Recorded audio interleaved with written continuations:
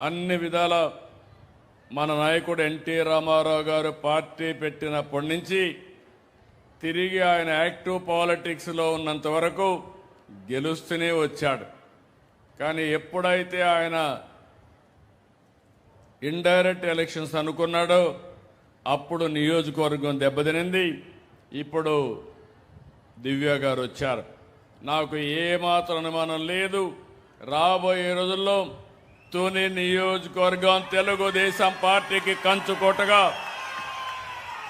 ఎన్డీఏకి కంచుకోటగా ఉంటుందని చెప్పి నేను మీకు తెలియజేస్తున్నా. ఈ నెలే 4వ తేదీ ఎన్నికల ఫలితాలు వచ్చాయి. ఈ నెలకు ఒక విశిష్టత ఉంది, ఒక హిస్టారికల్ మంత్ ఇది. ఆ రోజు మీరందరూ చూశారు, ఒక విధ్వంస పాలన, నవ్వాలంటే నవ్వడానికి కూడా వీలు లేని పరిస్థితి, ఎవ్వరు కూడా ఫ్రీగా తిరగలేని పరిస్థితి. ఇప్పుడు మీరు ఇక్కడికి వచ్చారు, చాలా ఫ్రీగా ఉన్నారు. ఆ రోజు మనుషుల్ని మొబిలైజ్ చేసి చుట్టుపక్కల ఫెన్సింగ్ వేసి ఎవరు పోకుండా పట్టుకొచ్చి అవసరం కందకాలు కూడా తవ్వి బలవంతపు మీటింగ్ పెట్టే పరిస్థితికి వచ్చారు.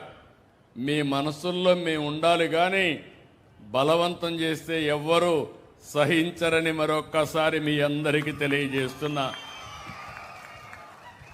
అందుకే ఆ రోజు నేను మా మిత్రుడు పవన్ కళ్యాణ్ గారు ఆలోచించాం. ఆ రోజు పవన్ కళ్యాణ్ గారు ఒకే మాట చెప్పారు, ప్రభుత్వ వ్యతిరేక ఓటు చీలడానికి వీలు లేదు, ఈ రాష్ట్రాన్ని పునర్నిర్మాణం చేయాలి, ఆ బాధ్యత నేను కూడా సహకరిస్తా, ఇద్దరం కలిసి పనిచేయాలని మొట్టమొదటిసారిగా పొత్తు అనౌన్స్ చేసిన వ్యక్తి పవన్ కళ్యాణ్ గారు అని చెప్పి కూడా నేను మీకు తెలియజేస్తున్నా. ఇంకో పక్కన ప్రధానమంత్రి నరేంద్ర మోడీ గారు ఆ రోజు బీజేపీ ముందుకొచ్చారు. 3 పార్టీలు కలిపి ఇదే నెల 12వ తారీఖు ప్రభుత్వాన్ని ఏర్పాటు చేశాం. 2 ఏళ్ళు అవుతుంది. నేను అడుగుతున్నా మిమ్మల్ని అందరినీ, 2 ఏళ్ల పాలనలో మాకు మంచి జరిగిందంటే గట్టిగా చప్పట్లు కొట్టి మీరు హర్షాన్ని, ఆమోదాన్ని తెలియజేయండి. పేదరికం లేని సమాజం చూడాలనేదే మా కల. పేదల కనీస అవసరాలు తీర్చాలని అనునిత్యం ఆలోచిస్తున్నాం. అందుకే దేశంలో మరే ఏ ప్రభుత్వం కూడా ఈ సాహసం చేయలేదు. 10 లక్షల కోట్ల రూపాయలు అప్పులు, బకాయిలు 1 లక్ష కోట్లు. ఇంకో పక్కన మీరు చూస్తే విధ్వంసమైన ఆర్థిక వ్యవస్థ కుప్పగూలిపోయింది.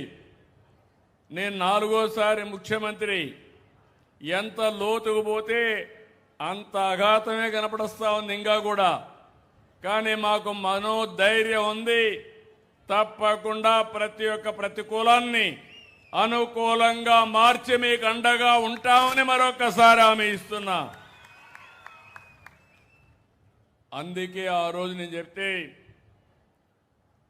పింఛన్లు పెంచుతాం, పింఛను ఏప్రిల్ నుంచి, నేను ముఖ్యమంత్రి అయింది 12వ తారీఖు ఈ నెల, ఏప్రిల్ మే కూడా కలిపి మీ అందరికీ పింఛన్లు బకాయిలు కూడా ఇచ్చిన ఘనత ఎన్డీఏ ప్రభుత్వాన్ని.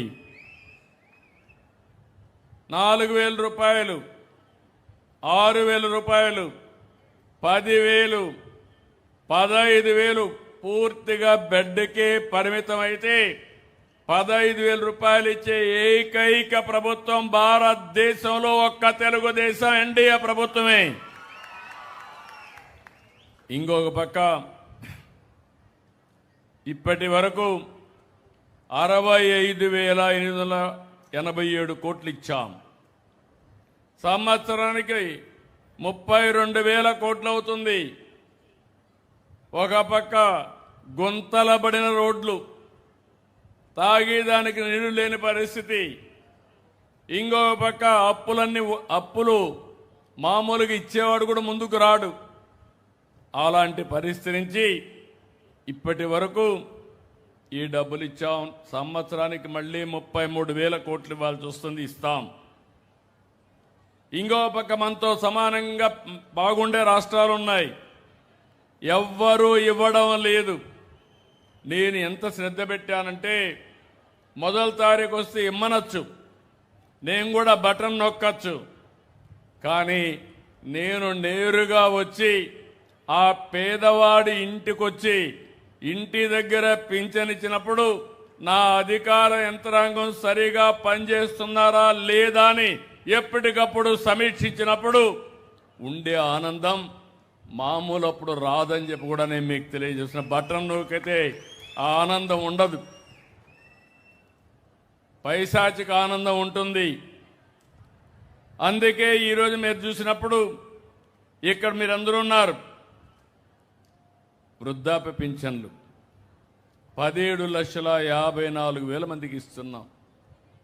దీనికే 734 కోట్ల రూపాయలు ఖర్చు పెడుతున్నాం. ఇంకొక పక్క మీరు చూస్తే ఈ నెలలో 2,729 కోట్ల రూపాయలు ఖర్చు పెట్టాం. 62,34,000 మందికి, అంటే దగ్గర దగ్గర 63,34,000 కుటుంబాలకి ఆర్థిక సహాయం చేస్తున్నాం. తూర్పు గోదావరి జిల్లాలో మాత్రం 119 కోట్లు ఇస్తున్నాం. 2,71,000 మందికి ఇస్తున్నాం. ఒక్క తుని 37,000 మందికి ఇస్తున్నాం. 16 కోట్ల రూపాయలు ఖర్చు పెడుతున్నాం. ఒక్క చామవరం 391 మందికి 17 లక్షలు నెలకు ఖర్చు పెడుతున్నాం. ఎవరైనా ఒక నెల తీసుకోకపోతే రెండో నెల కూడా తీసుకోకపోతే మూడో నెల కూడా ఇస్తున్నాం. అంత మునిపి ఇచ్చేవాళ్ళు కాదు.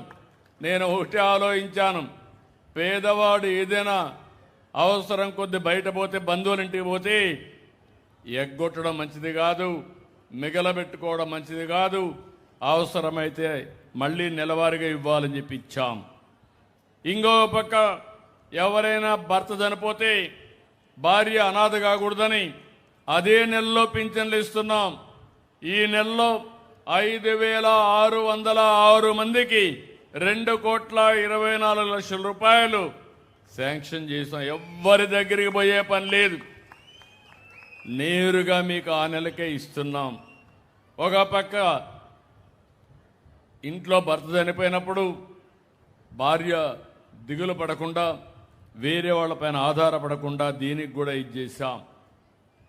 నా ఆలోచన ఒకటే, ప్రతి ఒక్క కుటుంబాన్ని ఆదుకోవాలి.